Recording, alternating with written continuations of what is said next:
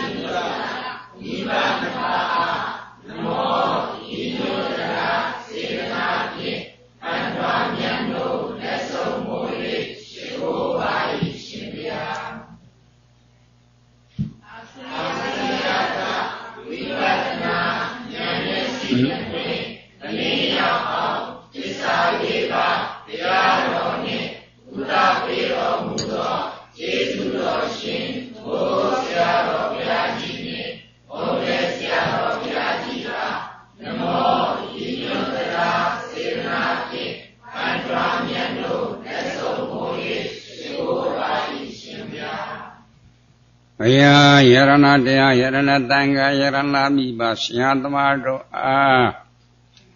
ယောသိမြတ်တို့လက်ဆုံးမွေရှိခိုးပူဇော်ဘုမျောမန်လျော့တော်ကြသောဘုဇဝန္တပနာမစေရဏတရားပညာဝရိယတို့ကြောင့်မိတို့အလိုရှိတောင်းတအပ်သောမအိုမတိအမြဲနေသောနိဗ္ဗာန်သော၎င်းဒုက္ခခသိမ့်ချုပ်ခြင်းရာပြတ်သောနိဗ္ဗာန်သော၎င်း1500ခိရေတောတဲ့ချုပ်ရာငြင်းရာသင်္ဃာပြတ်သောနိဗ္ဗာန်သော၎င်းမိမိတို့ယခုအာထုတ်ဆက်ဖြစ်သောဝိပဿနာဉာဏ်သည်လင်းမြန်စွာမဲ့ဉာဏ်သို့ကြည်စုပြုနိဗ္ဗာန်သောမျက်မှောက်ပြုလည်းနိုင်ကြသည်ဖြစ်စေ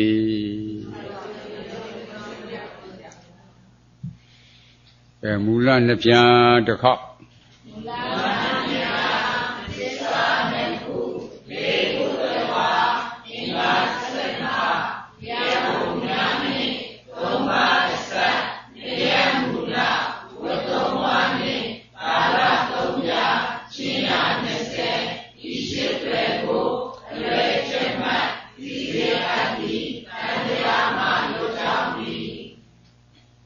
နမောတတဗုဒ္ဓဝါတောအရဟတောသမ္မာသမ္ဗုဒ္ဓတနမောတတဗုဒ္ဓဝါတောအရဟတောသမ္မာသမ္ဗုဒ္ဓတနမောတတဗုဒ္ဓဝါတောအရဟတောသမ္မာသမ္ဗုဒ္ဓတတရားနာတယ်တရားအထုတ်တယ်တရားလေ့လာတယ်ဆိုတော့မိမိခန္ဓာမှာရှိတဲ့တရားနဲ့အသိဉာဏ်နဲ့ထက်သွားဖို့လိုတယ်နော်ရှိတဲ့တရားဆိုတာအာနဲ့ဓဝါရတဲပြီးတော့ပေါ်လာတဲ့ခန္ဓာ၅ပါးကိုပြောတာနော်အာယုဆိုယူပါယုံတက်လာယုံကံတောင်ရတောင်ဖွက်တယ်ဓမ္မယုံပေါ့ ဒွါရဆိုတာမျက်စိအကြည့်နားအကြည့်နှာခေါင်းအကြည့်လျှာအကြည့်ကိုယ်အကြည့်မနှောအကြည့်ရုပ်နှစ်ခုတိုက်တိုင်းဆရာဝဉ္ဇဉ်မပေါ်လားအဲ့ဒီပေါ်တဲ့စိတ်လေးကိုမြင်သိစိတ်ကြားသိစိတ်နားသိစိတ်စားသိစိတ်ထိသိစိတ်ကြံသိစိတ်ဆိုတဲ့အဲ့ဒီပေါ်တဲ့စိတ်လေးကရုပ်နှစ်ခုမတက်ခင်ဘယ်ရှိမှနေတယ်လို့လေညွှန်းညံပြခြင်းကထက်ခဲ့လားရုပ်နှစ်ခုတက်တော့လဲပေါ်မလာဘူးနော်တောင်းလို့လေဒီဆရာတော်ဘုရားကြီးကရှေ့ထေကျော်ကာကြီးကစိတ်ကိုဝိညာဏအနိစ္စံ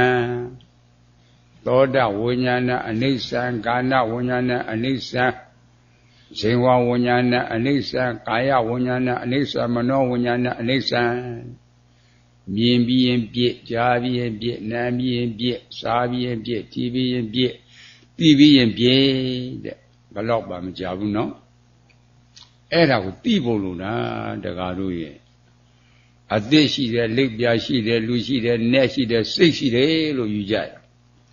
သိတဲ့စိတ်ကရှိတာမဟုတ်ဘူးကွယ်ဘာစိတ်တွေရှိတယ်လဲလို့ခန္ဓာကိုမပုတ်မသုံးစောင်းနေတဲ့ဘဝင်စိတ်ရှိတယ်အိပ်ပျော်တဲ့စိတ်တွေဘဝင်စိတ်လို့မခေါ်ဘူးလားသိတဲ့စိတ်ကရုပ်နှစ်ခုတိုက်မှာပေါ်တာဗျဒါတော့လူရှိတယ်လို့ယူတာလေအသက်ရှိတယ်ယူတာလေမှန်ပါမလားဟင်အမှန်ဘူးအဲ့ဒါအမှန်သိရင်လူဇွဲဒိဋ္ဌိနဲ့ဇွဲဒိဋ္ဌိပြမဇွဲဒိဋ္ဌိပြုတ်ပြီးအမှန်သိတော့အမှားပြောက်တယ်အဲ့ဒါအမှန်သိအောင်လို့တရားနာရတာအဲ့လိုစိတ်ပေါ်မကောင်းဘူးလားစဉ်းစားတာအလုပ်တယ်လို့ခေါ်တယ်အခုထေနာကတူငါဘယ်လိုထေနေလဲလေးဖြစ်သွားတဲ့အရွယ်ကလည်းသေစိတ်ပဲ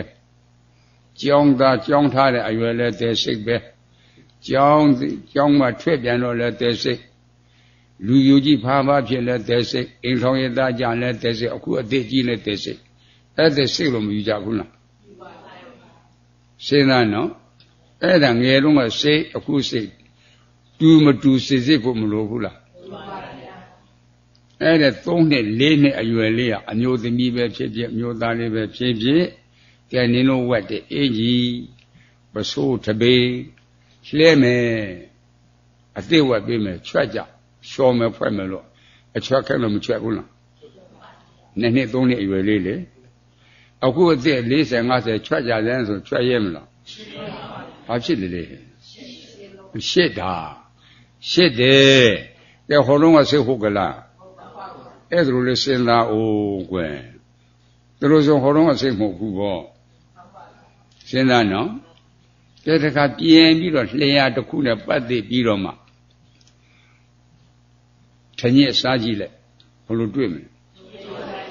ချိုးရတာတွေ့တယ်နော်ဒါချိုးတယ်လို့သိတဲ့စိတ်ပေါ့တခါပြင်ပြီးတော့မှတန်ဖျားသိစားကြည့်ဘယ်လိုတွေ့မလဲဟောချင်းတယ်လို့သိတဲ့စိတ်နော်ချိုးတယ်လို့သိတဲ့စိတ်ဟုတ်ကဲ့လားချိုးတဲ့စိတ်ကအနိစ္စရောက်သွားပြီကွယ်စဉ်းစားအခုခြေနဲ့စိတ်ကအသေးရှင်နေလားဒါနောက်တစ်ခါခါတော့စားကြည့်လိုက်ဓမ္မရွယ်စားကြည့်လိုက်ဘယ်လိုနေမလဲကဲခြေနဲ့လို့သိတဲ့စိတ်ရှိသေးရဲ့ခါတယ်လို့သိတဲ့စိတ်ကရှိတယ်ကဲယုတ်သိစားကြည့်လိုက်ဘယ်လိုတွေ့မလဲဆက်တဲ့စိတ်ဆက်လို့သိတဲ့စိတ်ပေါ့တခုတည်းတခုတူရဲ့လားရှာတခုထဲမှာတော့ကဲမတူဘူးကွယ်နော်အဲ့လိုလေ့လာဖို့မကောင်းလားအဲ့လိုစစ်စစ်ဖို့လို့တယ်အမှန်တိမှအမှားပြောက်တာတရားနာတဲ့တောက်တာတရားခန္ဓာမှာရှိတဲ့တရားကိုရှိတယ်နဲ့အတိတရားနဲ့ထပ်ဖို့လို့မြတ်စွာဘုရားမဟောဘူးလားအရှိနဲ့အတိနဲ့ထပ်ဖို့လို့တာနော်ဒါတော့ခန္ဓာရဲ့အကျိုးပြစ်ကိုပြန်စဉ်းစားကြည့်မယ်ဆိုရင်မွေးကစပြီးတော့မှတဖြည်းဖြည်းနဲ့လက်ဘဝနဲ့လုံးပကုံးလည်းနဲ့တက်ကစဝိညာဉ်နဲ့သူသစ္စာအနေနဲ့ကနှစ်ခါလေ3ခါလေ3နှစ်လောက်ကြာလဲနဲ့ကြည်လာပြီအရက်လေးဆင်းလာပြီ6နှစ်ကြာတော့ကြောင်းထားမယ်10နှစ်ကြာတော့တော်လေးကြည်လာပြီခဲလို့ရပြီကြည်လာပြီလို့မြည်ကြဘူးလားဘုရားအနေနဲ့ကတော့ဇေယတဲ့ကွယ်ဇေယဆိုတော့အိုတာအိုနှိမ့်ဆက်တာအိုနှိမ့်ဆက်တာကွယ်ကြည်တာလားအိုနှိမ့်ဆက်တာလားအိုနှိမ့်ဆက်ပါဗျာကဲတခါမရဏတော့ကြားဘူးတယ်မဟုတ်လားအဲ့ဒါသေအောင်နှုတ်ဆက်တာဗျာ တော့ခန္ဓာမှာရှိတာအိုနှိမ့်ဆက်တဲ့တရားနဲ့သေုံနှိမ့်ဆက်တဲ့တရားပရိစ္ဆသုတ်ပတ်ကိုကြည့်အဝိဇ္ဇာအစဇာမရဏအစိုးတဲ့ဟုတ်ကလားဒါအဝိဇ္ဇာပြည့်စရာသင်္ခါရလို့မဟုတ်ဘူးနော်သစ္စာလေးပါးကိုမသိတာအဝိဇ္ဇာခန္ဓာ၅ပါးကိုမသိတာအဝိဇ္ဇာအာဟုသူနဲ့ပက်တည်ပြီးတော့တက်တော်တယ်တက်မယ်ဆိုရင်အာဟုသူမဖြစ်ဘူးနော်လောကမှာရင်မိမိကနေလူတက်မှုတွေတခုခိုးပြီးတော့တက်တာလေရာဇဝမဖြစ်ဘူးလားဖြစ်ရင်ကအဲ့ဒါလိုလုပ်ရင်ထောင်ကြလိမ့်မယ်လို့သိရလားမသိလားအဝိဇ္ဇာတက်တာသင်္ခါရအဝိဇ္ဇာပြည့်စရာသင်္ခါရမဟုတ်ဘူးလားသင်္ခါပြည့်စရာဝိညာဉ်နဲ့ဝိညာဉ်ဆိုတော့ထောင်ကြတော့မှစဉ်းစားဖို့မကောင်းလားထောင်ကလွတ်တယ်ထောင်အပေကလွတ်ပါမလားအဝိဇ္ဇာပြည့်စရာသင်္ခါရကွယ်သင်္ခါပြည့်စရာဝိညာဉ်နဲ့ရှိစိဖို့မကောင်းလားသစ္စာလေးပါးကိုမသိတာအဝိဇ္ဇာတတ်တာကသင်္ခါရသစ္စာလေးပါးကိုမသိတာခိုးတာကသင်္ခါရသစ္စာလေးပါးကိုမသိတာသူများလင်သားများစော်ကားတာကသင်္ခါရသစ္စာလေးပါးကိုမသိတာအမှုသားပြောတာကသင်္ခါရဝစီသင်္ခါရပေါ့သစ္စာလေးပါးကိုမသိတာတောက်တာစားတာကသင်္ခါရသင်္ခါပြည့်စရာဝိညာဉ်နဲ့ပရိစ္ဆာသုတ်ပတ်ကိုကြည့်ဘယ်ဝိညာဉ်လဲငရဲတိရစ္ဆာန်ပြည့်အပယ်လေးကအပယ်ဝိညာဉ်အဘုံညာပြီးသင်္ခါရစားကအပယ်ဝိညာဉ်အလိုလိုဖြစ်လာလားအကြောင်းကြောင့်အကျိုးတရားပေါ်တာအကြောင်းအကျိုးတရားပေါ်တယ်လို့စီစီပေါ်မကောင်းလားထီပြီးမလေ့လာနော်လက်တကအဝိဇ္ဇာဦးစီးပြီးတော့ပြုလုပ်တဲ့ဒါနာကုသိုလ်တွေမရှိဘူးလားရှိပါဗျာဒီလားကုသိုလ်တွေမရှိဘူးလားရှိပါဗျာလူခန္ဓာရချင်တဲ့ခန္ဓာချင်းလူချမ်းသာတဲ့ချမ်းသာမဖြစ်ခြင်းဘူးလားဖြစ်ခြင်းပါဗျာငါအဲ့လိုခန္ဓာရအိုနာအိုမယ်နာမယ်သိမယ်လို့သိရလားသိပါဗျာခန္ဓာရအိုနာသိမသိဘူးနော်သူရချင်တဲ့လူချမ်းသာတဲ့ချမ်းသာကြမှာချမ်းသာပေါ့သစ္စာလေးပါးကိုမသိလားခန္ဓာ၅ပါးကိုမသိလားကုသိုလ်လုပ်တာကသင်္ခါရပုံညာပြီးသင်္ခါရအဲ့ဒီသင်္ခါပြစ္ဆာဝိညာဉ်နဲ့လို့မဟုတ်ဘူးလားလူဝိညာဉ်နဲ့ဝိညာဉ်လူခန္ဓာနဲ့ခန္ဓာကဲခန္ဓာရတဲ့ပုဂ္ဂိုလ်ဥနာတိလွတ်ကြလားဟာသစ္စာနဲ့ဒုက္ခသစ္စာကြကြချမ်းသာစိတ်ဟုတ်ကြလားဟုတ်ပါဗျာချမ်းသာစိတ်မဟုတ်ဘူးကွယ်နော်သို့တော်လူချမ်းသာနဲ့ချမ်းသာပြမချမ်းသာဘာကြောင့်ခေါ်တာလဲစီစိတ်ဘမကောင်းလားငရေတိရစ္ဆာန်ပြိတ္တာအတူရကေအပေလေးပုံကိုထောက်တော့လူကမချမ်းသာဘူးလားအပေလေးပုံထောက်တော့လူကချမ်းသာတယ်ကွယ်မချမ်းသာဘူးလားတခါလူနဲ့စားတော့နက်ကမချမ်းသာဘူးလား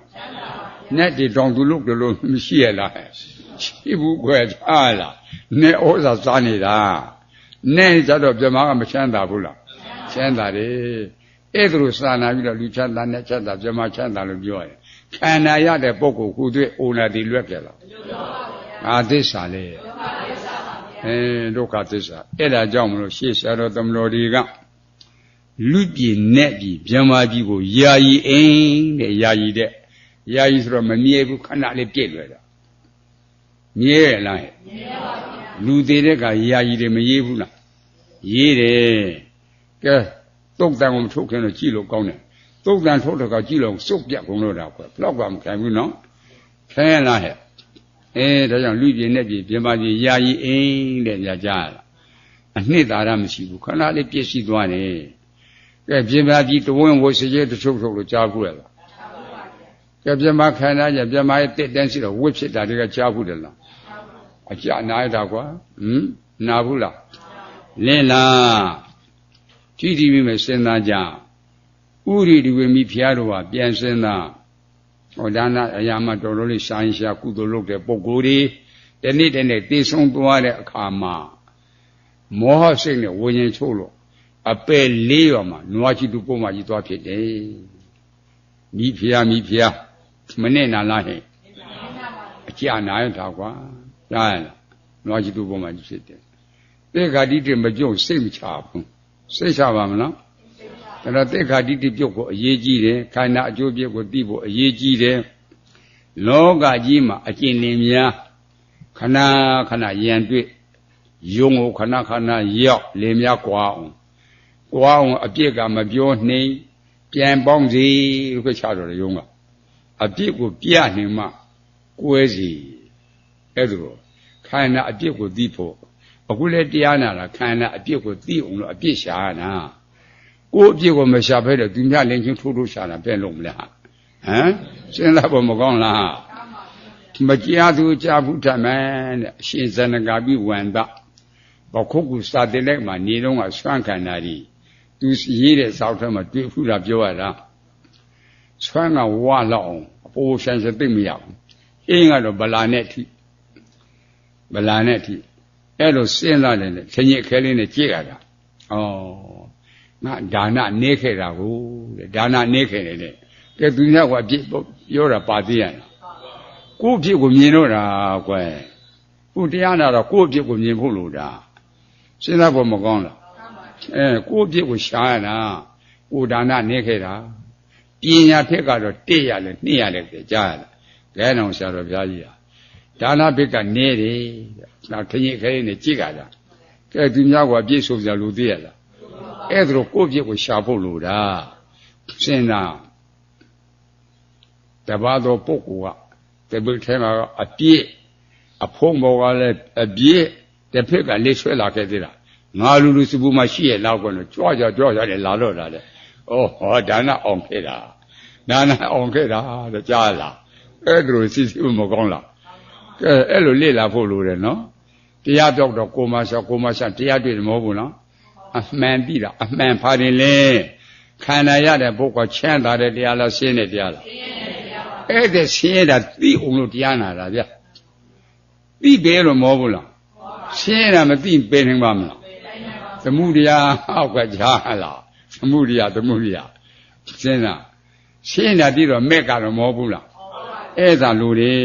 ကြည်မင်းသဘောပေါက်ဖို့လိုတယ်နော်မရသေးတဲ့ပုဂ္ဂိုလ်ရရင်ရပြီးသားပုဂ္ဂိုလ်လူရင်ခစ္စာပြီးအောင်မှန်လေး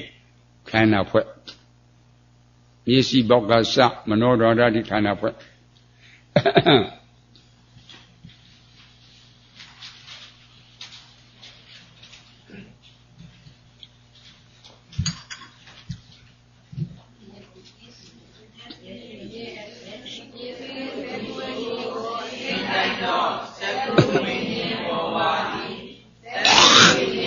ဝ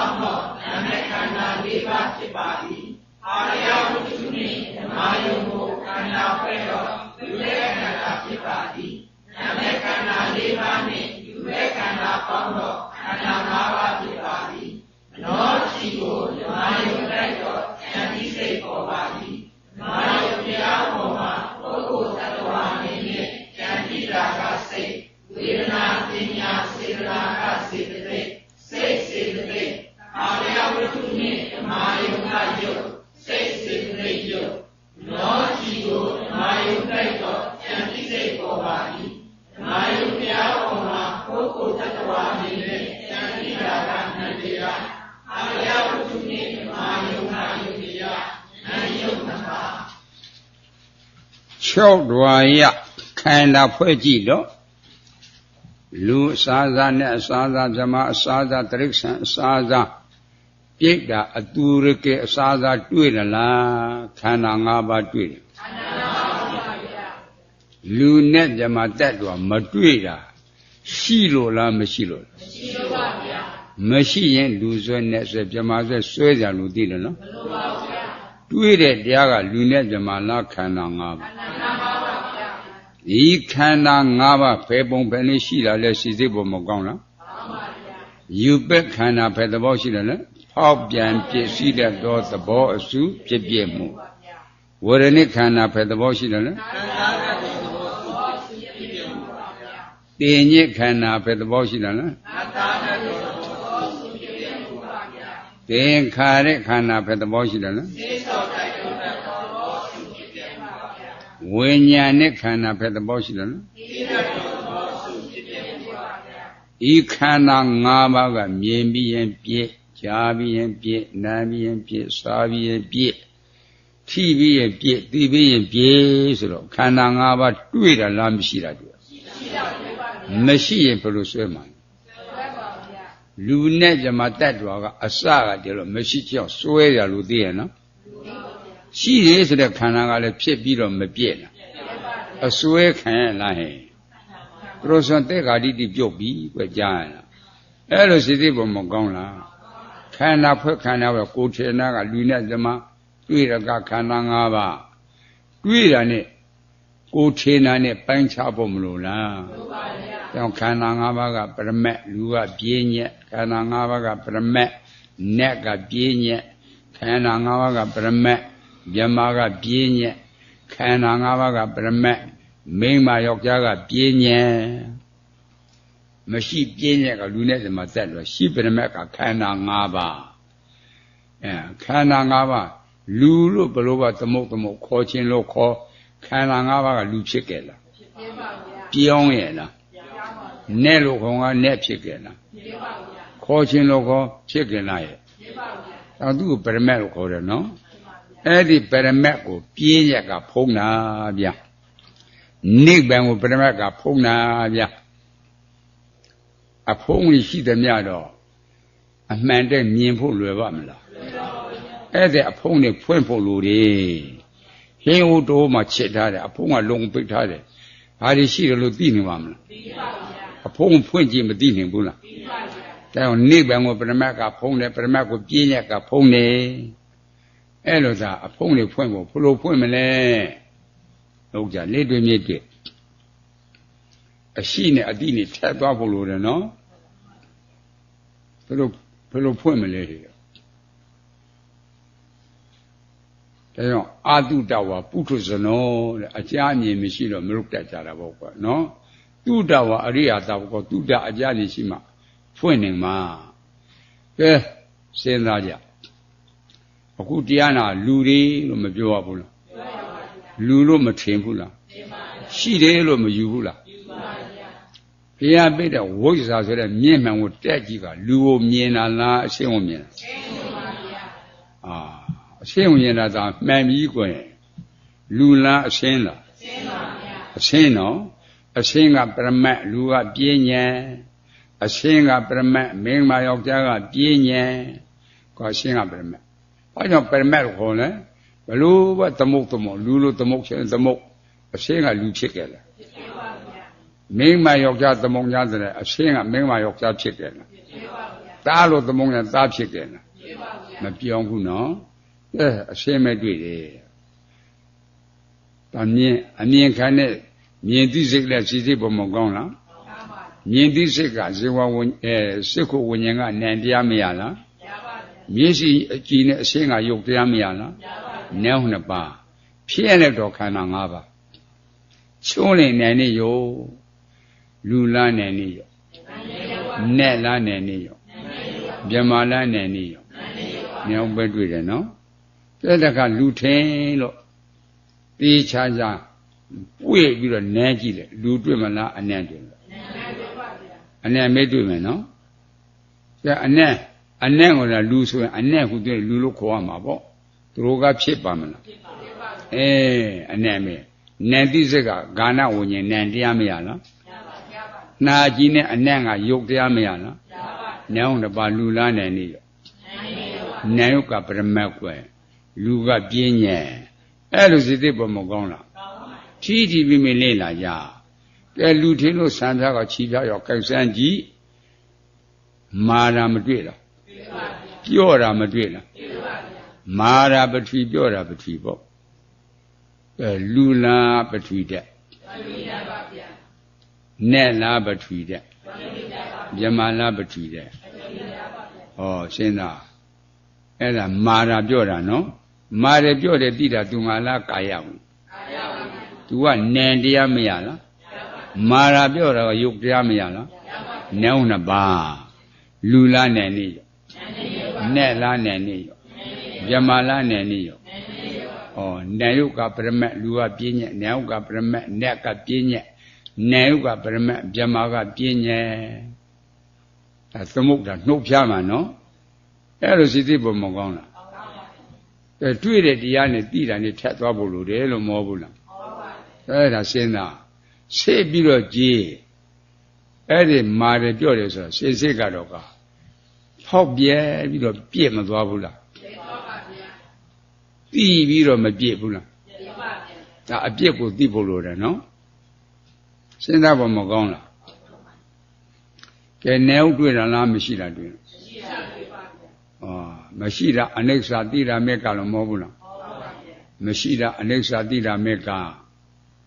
ရှင်းသားနော်တောင်ဖြစ်ပြီးသစ္စာဘောတော့ဘာသစ္စာလဲချဲတာတဲ့တရားလားရှင်းတယ်ဗျာအခုခန္ဓာရတဲ့ပုဂ္ဂိုလ်ခုသူချမ်းသာတဲ့တရားလားရှင်းတယ်ဗျာနေ့စဉ်နဲ့အမျှတည်းရှင်းတဲ့တရားနဲ့နေရတာကိုရှင်းတယ်လို့သိခါနောင်တပံတေခန္ဓာမျိုးရချင်သိရလားတရားပြောက်တော့ကိုမရှာတော့တရားတွေ့တယ်မဟုတ်ဘူးလား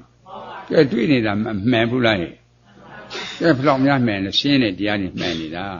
သိပြီလို့မဟုတ်ဘူးလားချမ်းသာတယ်ဆိုတော့ကမိမိကသာလိုချင်မှာပေါ့ရှင်းတယ်ဆိုတော့လိုချင်သေးရဲ့လားအမှန်သိဖို့လိုတာနော်အမှန်သိမှအမှားပြောက်တာကွကြားရလားစဉ်းစားဖို့မကောင်းလားက ကဲသစ္စာဖွဲ့သစ္စာဖွဲ့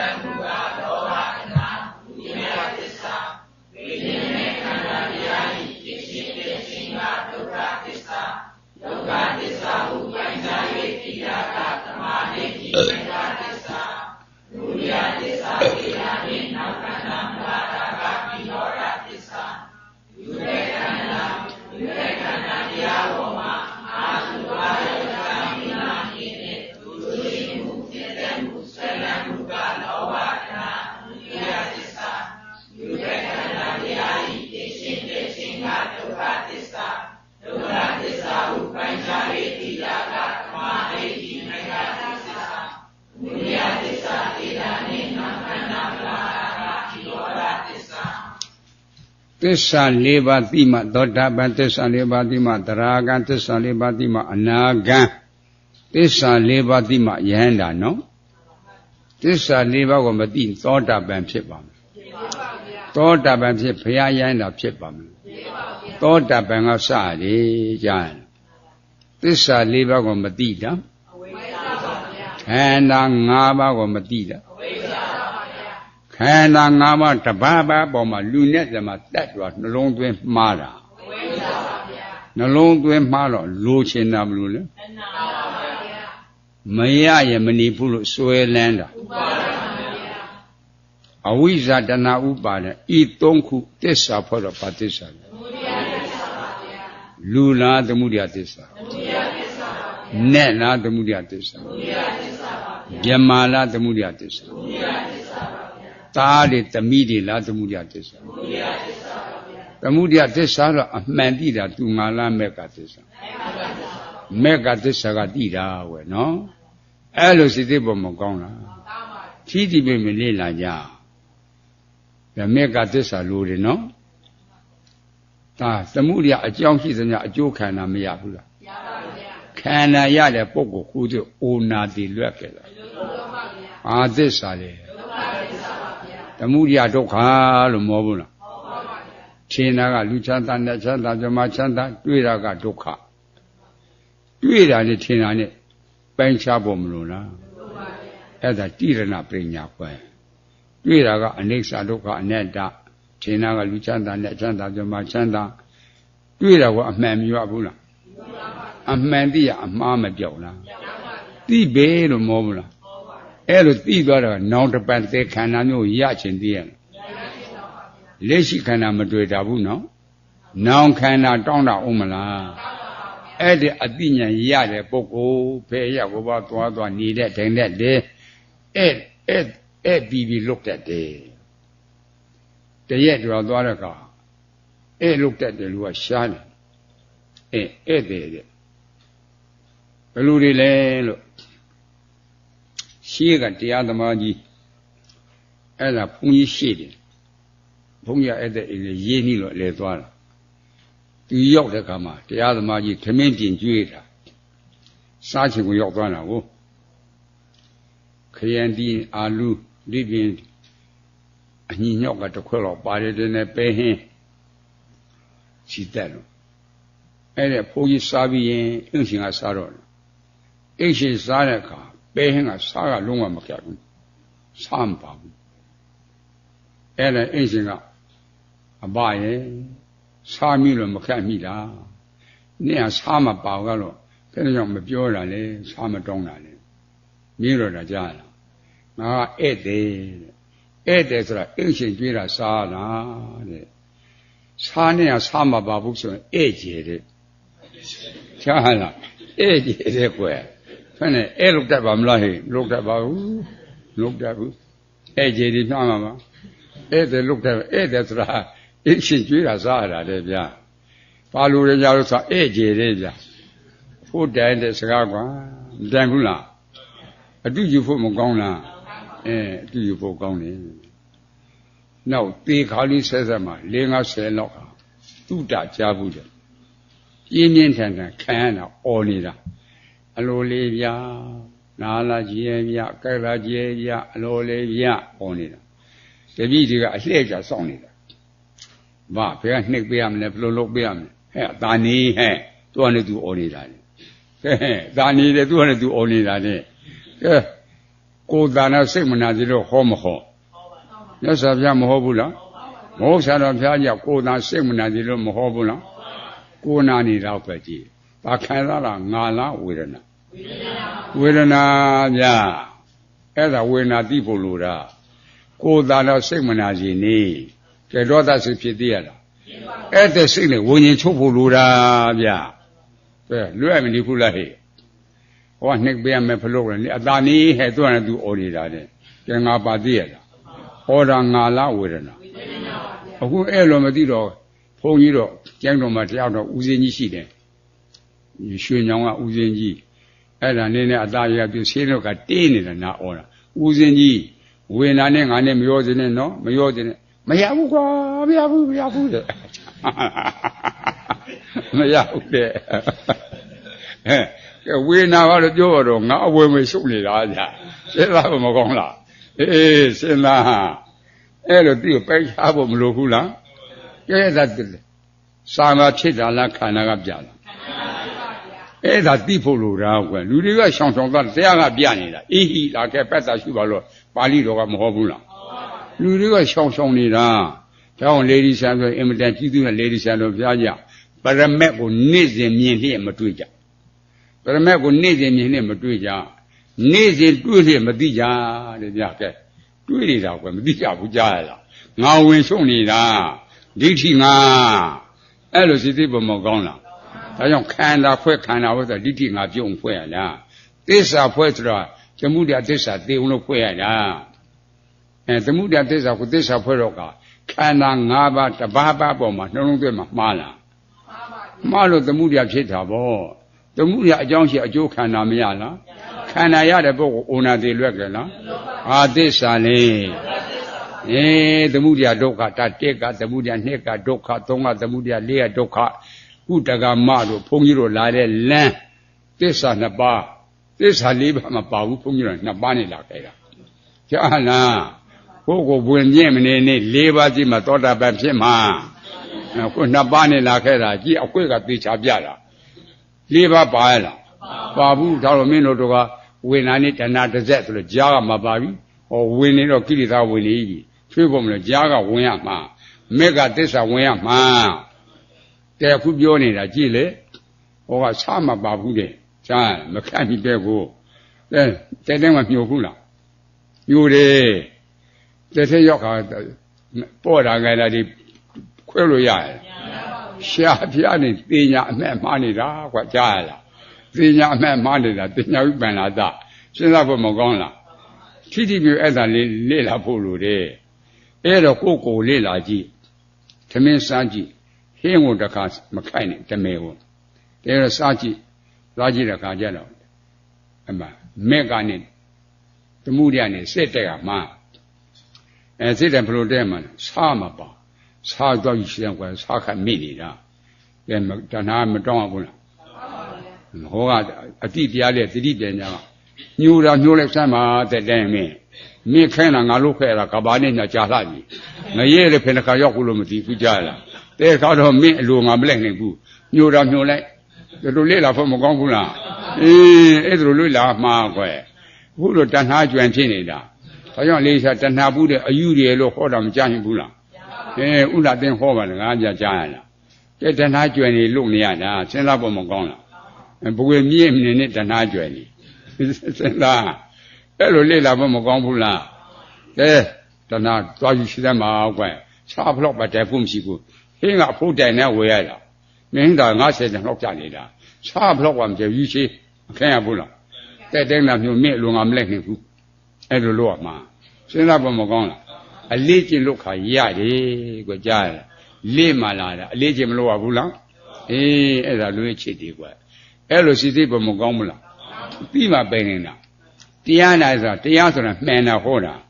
မှန်တာကိုသိဖို့မလိုဘူးလားအမှန်ပြီးတော့အမှားပြောက်တယ်ကွနော်စဉ်းစားတာလို့ခေါ်တယ်ကဲဘလို့လဲလို့ဥမာပြောအောင်မယ်အဲ့ဒီခန္ဓာကိုအစဖြုတ်ဖို့လို့လားခန္ဓာရှိမှမရှင်းရပြီဘူးလားခန္ဓာအစဖြုတ်ဖို့လို့လားရှေးကမကြသူကြားဘူးထမှန်သားညီသားဖ3ယောက်သားယောက်ျားလေးငွေးလို့လင်းကား6နဲ့ကြတော့ကြောင်းထားလို့လင်းကား4တန်းတော့အောင်လားအဲ့ဒီခါကျသူနိုင်တဲ့ပုံကလေးတွေရီထိုင်မုံလုပ်တော့အဲ့သူနိုင်တော့ထိုင်တယ်မလို့အိမ်မှာလုပ်တယ်30ဆဲတဲ့ကြမိဘရဲ့အဝတ်စားလေးလျှော်ပေးတယ်ပြုပေးတယ်မိဘကမချစ်ဘူးလားချစ်မလားချစ်ပါတယ်ဗျာပေတဲ့သားတော်မချစ်သေးတာကွယ်မိဘတနေ့နေ့လိမ်မာလဲအောင်မယ်မျောသေးတာမိဘကချားလားလိမ်မာတဲ့သားဆိုတော့ပုံချစ်တာဗောမချစ်ဘူးလားချစ်ပါတယ်နောက်တော့16နဲ့18နဲ့ရောက်လာပြီရောက်လာတဲ့ခါကျတော့ဟောအပြိုလဲတော့တာအိမ်ကလမ်းတာချားတာကြားတယ်အဲ့တဲ့အပြိုကသူ့ရေးစားကလည်းအသင့်နဲ့ရုပ်ဆင်းကလည်းအသင့်တင်လှတယ်ဘွဲ့ရပြီးသားစားဝတ်နေကလည်းအသင့်တင်ပြေးတယ်မိဘကမလို့ကြားလားထိတ်တိတ်နေတော့တာမိဘဘုန်းကြီးလာဆိုပေးသားလိုက်တော့မှဟဲ့ကြားလားမိဘကမလို့ကွယ်အားကြောင့်မိဘကမလို့တာလဲမေးဖို့မကောင်းလားအဲ့တဲ့ရေးစားကစုံတက်တာကိုဝေါ်ရပြင်းညက်ဆုံးတဲ့တော့ကြကစိတ်ဆိုးကသူ့လက်ချင်းနဲ့တင်မှကြောက်နေတာအဲ့လိုသားတွေ့နေသူ့မှာတောကလည်းမဖြစ်ဘူးလားအဲ့လိုဖြစ်တော့မလဲနေပြောအောင်မလဲဆုံးတဲ့တယ်ဆုံးကလည်းအကောင်ထဲမဟုတ်ဆုံးဆိုတာပညာပဲပညာလဲအောက်လန်းပညာစဉ်းစားဖို့မကောင်းလားဒါအကောင်ထဲပြနေမှာမလားပြနေဘူးပဲဩဝါရပညာစဉ်းစားပြောရတယ်အဲ့ဒါတနေ့တစ်နေ့ကြတော့မင်းသားကအစိုးကြီးပြန်လာခဲ့တယ်အပြိုရင်ရောက်ပြီးပြန်လာခဲ့တော့ထမင်းစားပြီးလက်ရှိသွားတော့တာအဲ့ဒါနဲ့အေးရထဲဝင်အေးငွေတော်တော်နဲ့ဖူးရီစမ်းပြုငါသားနေကောင်းလားကောင်းမှနေဘာဖြစ်လို့စိုးကြီးပြန်ခဲ့တာသူအိတ်ရှင်မှနေမကောင်းလို့ကြားသူရေးစားနေမကောင်းဘူးပေါ့မိဘကဲခဲ့တယ်သူအတက်ကပေါ်တော့တာတနေ့လာကြည့်နေအဖိတ်လာဝဲမှာပေါ်တာကိုအသက်တက်ကဆုံးတဲ့ကလေနောက်လဝင်နေကြတော့မိဘကသမီးလေးဆုံးစားသမီးစားဆိုတော့အချစ်ဆန်းတာအပြန်ခိုင်းတာပြန်မယ်ဆိုရင်ဂျာလူဝင်မင်းလက်လွတ်တော့မှာဂျာလူတော့တာဝင်မင်းလွတ်ပြီးသူ့ကိုချစ်မချစ်ဆိုစမ်းတာအပြန်ခိုင်းတာဒါအချစ်ဆန်းတာမင်းကအကောင်းထေမလို့နေပြီးတည်နေရတယ်နောက်လဝဲကြတော့အကိုရဲ့အရင်အစ်ပို့ဆိုးတယ်လေနာလာရောခေါင်းခက်တာရောဘိုက်နာသုံးမလူတွေဖြစ်နေပြန်ပါဦးသူကလည်းအချစ်ပြည့်မှာသို့တော့ကမပြန်ပြသေးနဲ့ပြန်ပါဦးမပြန်ပြနဲ့ပြန်တာပြန်မပြန်ပြသေးနဲ့ပြောဆိုနဲ့ရင်ခွန်းထဲမှာစုံးကမီလုံးကြီးကဖွာခနဲ့တောက်တော့တာဟိမင်းသားမြေလုံးနဲ့ပြူသွားတော့တာကွာကြားလားမြေလုံးနဲ့ပြူနေတော့တာချစ်စိတ်ရှိသေးရဲ့လားချစ်စိတ်လားကြောက်စိတ်လားနည်းနည်းလေးပါမကြံကွာငါအိုးတယ်ချစ်တာနည်းနည်းလေးပါမကြံ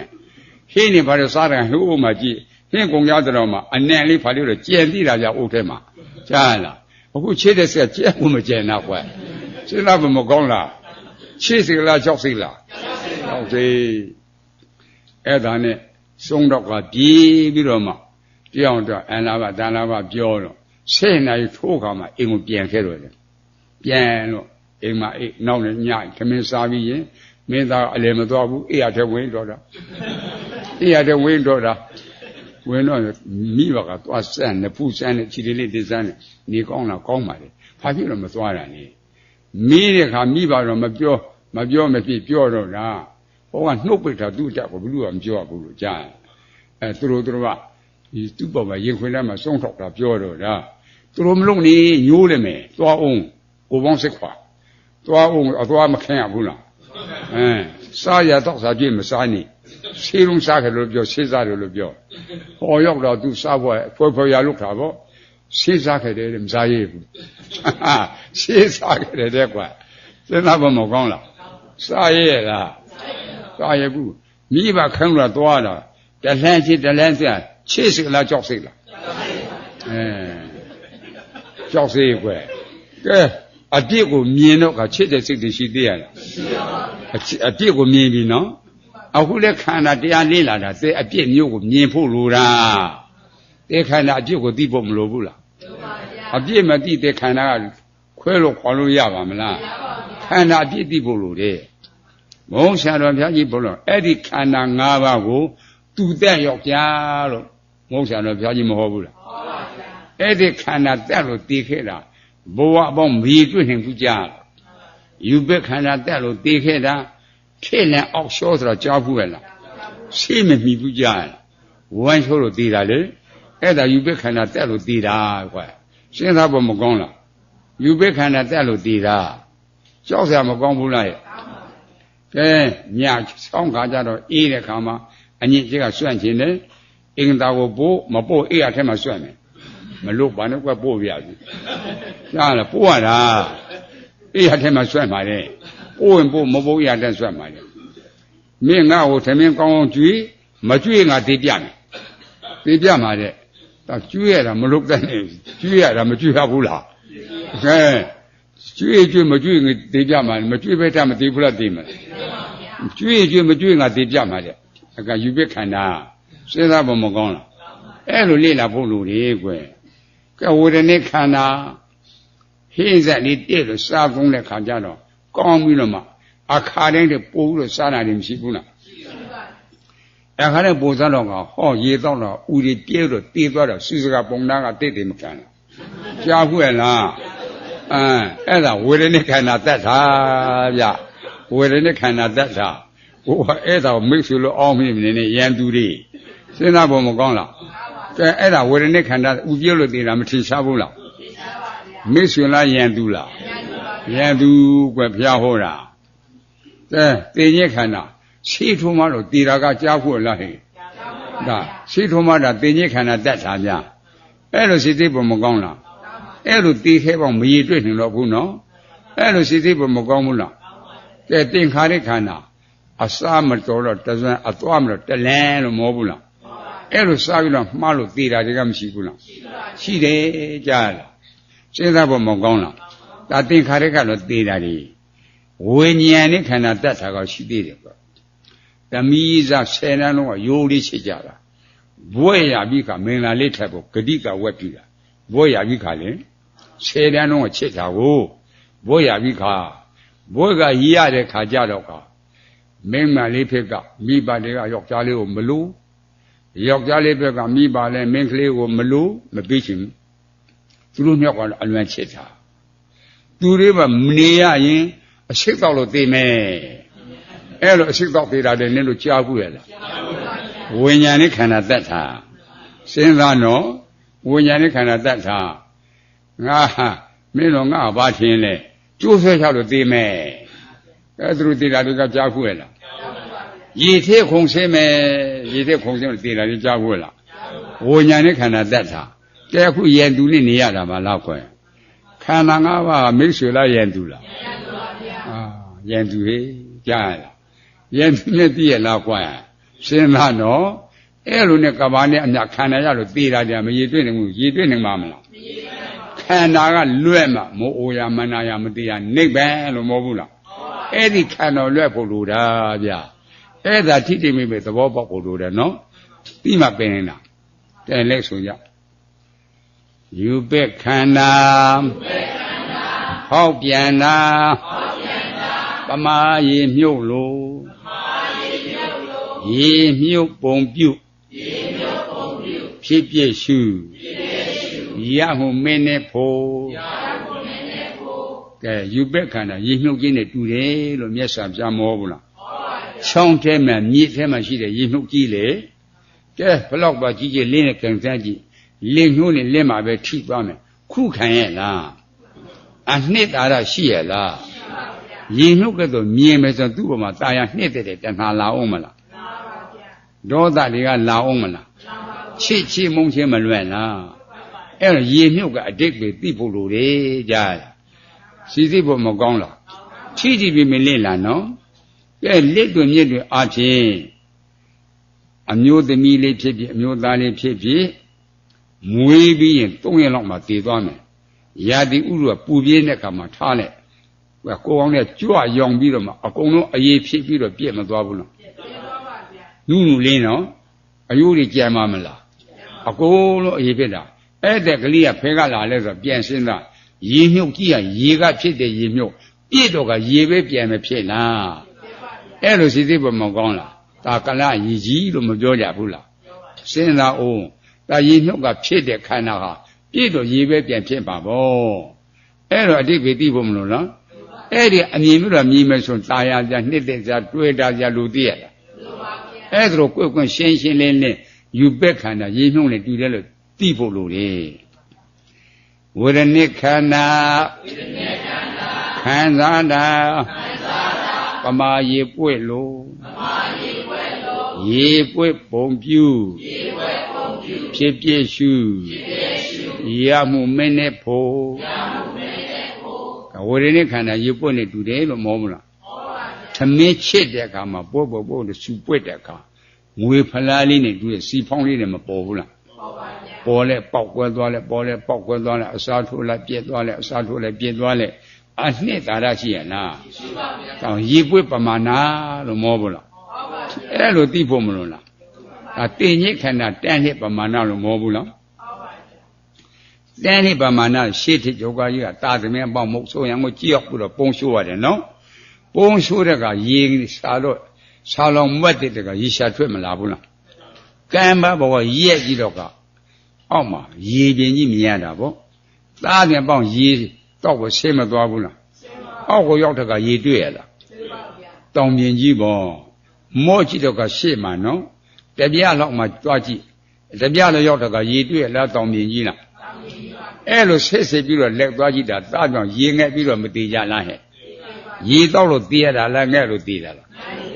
တန်းနှစ်ပမာဏလို့မဟုတ်ဘူးလားစဉ်းစားအခုလည်းလူချမ်းသာရှာခဲ့တာနဲ့ချမ်းသာရှာခဲ့တာမြမချမ်းသာရှာတယ်တွေ့ကြပြီလားအဲ့လိုရှာခဲ့တာတည်ရတာဘောအပေါင်းရေတွေ့နေရလားဟဲ့အဲ့လိုစိတ်သိဖို့မကောင်းလားတည်ခြင်းခန္ဓာမှတ်သားတာပမာတန်းလျက်လို့တန်းလျက်ပုံပြုဖြစ်ပြည့်ရှုရမှုမင်းနဲ့ဖို့သင်္ခါရခန္ဓာစစ်စောရာပြုပြေနာပမာငှက်ပြောလို့ငှက်ပြောပုံပြုဖြစ်ပြည့်ရှုရမှုမင်းနဲ့ဖို့သင်္ခါရပုံညာပြီးသင်္ခါရအာနိသပြီးသင်္ခါရမောဘူးလားအပုံညာပြီးသင်္ခါရမောဘူးလားကဲသင်္ခါရပုံညာပြီးသင်္ခါလူခန္ဓာနဲ့ခန္ဓာမရလားအိုနာတိလွတ်ခဲ့လားအနှစ်သာရရှိရဲ့လားအာနိသပြီးသင်္ခါရမြမခန္ဓာမရလားအိုနာတိလွတ်ခဲ့လားအနှစ်သာရရှိရဲ့လားတောင်းငှက်ပြောပမာဏငပြောပြန်အရင်ဖြတ်ပြီးတော့မှကဲခွာကြည့်တဲ့အခါအနှစ်တွေ့ရလားငါကြောဘက်တာကုန်သွားတယ်နော်အဲ့လိုဆိုရင်ကဲအနှစ်သာရမရှိရင်ตายရတဲ့နှစ်စရာလူသိရလားအဲ့ဒါလွင်ချစ်ဒီကြားလားဝိညာဉ်နဲ့ခန္ဓာထွေလာလာကြံတိတာဗမာမြစ်လှဲ့လို့မြစ်လှဲ့ပုံပြုဖြစ်ပြည့်ရှုရ ရမှုမင်းနဲ့ဖို့မြင့်လက်ပြတဲ့ရွှေတွေငွေတွေကုန်တယ်တွေရောက်လာနဲ့မတူဘူးလားတပုံစံထဲနော်မြင့်လက်ပြတဲ့ဆန်နေရာကကုန်တယ်ရောက်လာနဲ့မတူလားခြေလို့ပြုတ်လို့ရရလားတကယ်ဆန်အစ်စ်ဟုတ်ကဲ့လားတူတော့မတူဘူးလားတနည်းအားဖြင့်အိမ်မက်ပမာဏပေါ့အိမ်မက်ထဲမှာရှိုးရလို့မေတ္တာငွေရလို့မေတ္တာသိမ့်ချူပေါက်လို့မေတ္တာမရှိဘူးလားနိုးတဲ့ကကိုယ်စိတ်ကူးတိုင်းဖြစ်ကြလားအဲ့ဒါတကယ်ရှိလို့လားအဲ့ဒါလိုဝိညာဉ်နဲ့ခန္ဓာ30တော့ဝိညာဉ်နဲ့ခန္ဓာစိတ်ပေါ်တာကွယ်စဉ်းစားဖို့မကောင်းလား30ပုံလားဝိညာဉ်နဲ့ခန္ဓာဝိညာဉ်နဲ့ခန္ဓာသိလို့ရှိရင်30ပုံဆွဲရလို့သိရလားအဲ့လိုသိဖို့မလိုဘူးလားဟဲ့အဲ့ဒါလုံရဲ့ချိတ်တွေကွယ်နော်အဲ့ဒါထိတိသဘောပေါက်ဖို့မလိုလားတိပစ္စေပ၄ပါးကိစ္စမေတ္တခဏလို့မဟုတ်ဘူးလားမြင့်လက်ပမာဏအိမ်မက်ပမာဏလို့သိစွဲရလို့သိရလားအဲ့ဒါလုံးရဲ့ချိတ်တွေကွယ်နော်ကဲထိစေခန္ဓာကဖြစ်ဖြစ်ဘာသစ္စာလဲသိတာကသိတာကနောက်ခန္ဓာမလားသစ္စာတော့အကွက်ဖယ်နဲ့ကွက်ရှိတကွက်လည်းဖယ်နဲ့ပါငါလေးလီဤရှိသွဲကို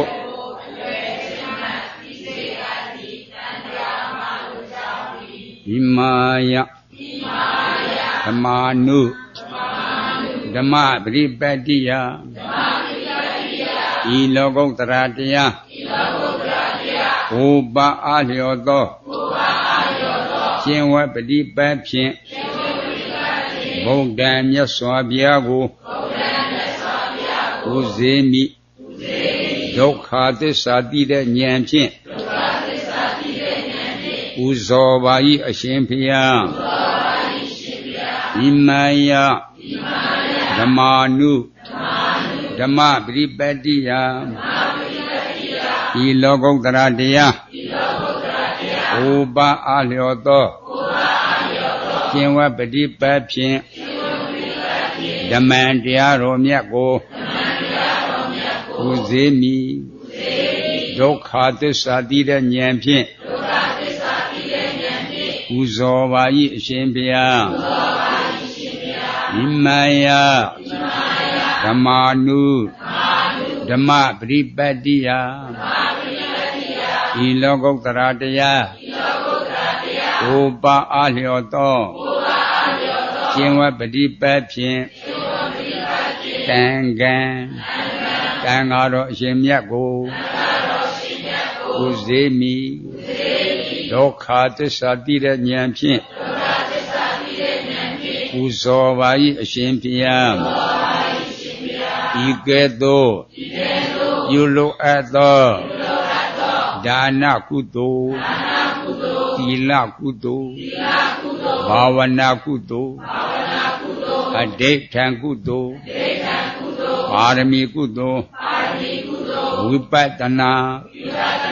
မဟာကုသိုလ်တို့ဤအကျိုးအားကြောင့်ခန္ဓာ၅ပါးယုတ်နံတရားတို့ဤမဖြစ်ဝေးစွာချုပ်ငြိမ်းရပါလို့ဤအရှင်ဘုရားသောကုသိုလ်ဤအကျိုးကိုလေးမိခင်ဖခင်ပြည်သူရှင်တို့အား၎င်းအနာမတကတန္တရာမှစ၍တော်ဆက်ကဖူသောမိခင်ဖခင်ပြည်သူရှင်အပေါင်းတို့အား၎င်းအာစရိယာနိစ္စဆရာသမားတို့အား၎င်းဒီမာတံပရိသနိစ္စတရားနာအစည်းဝေးသို့ကြွားရောက်လာကြကုန်သောတရားနာပရိသတ်တို့အား၎င်းဤမြေတနည်းပြည့်ရှင်မင်းတို့အား၎င်းမရေတနည်းမြမမင်းတို့အား၎င်းကိုဆောင်နဲ့အိမ်ဆောင်နဲ့ကျောင်းဆောင်နဲ့ဓမ္မယုံဆောင်နဲ့ဘုံမစိုးနဲ့ယုတ်ခစိုးနဲ့ အာဂတဇိုးနဲ့တောဆောင်နဲ့တောင်ဆောင်နဲ့ရွာဆောင်နဲ့မျိုးဆောင်နဲ့သာသနာတော်ဆောင်နဲ့စတုလောကပါဠနာမည်ကြီးမှစ၍31ဘုံကျင်လေကြကုန်သောဝိနည်းဒုခိတဒေါခိတတတ္တဝါအပေါင်းတို့အားဘာဇေယမ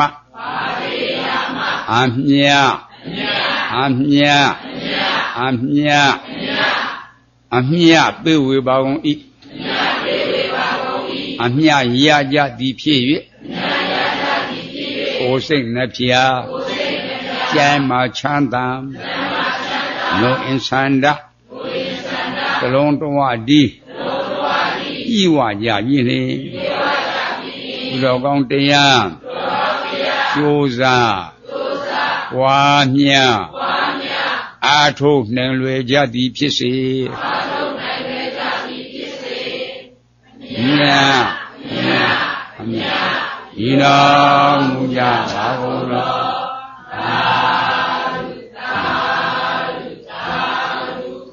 မြတ်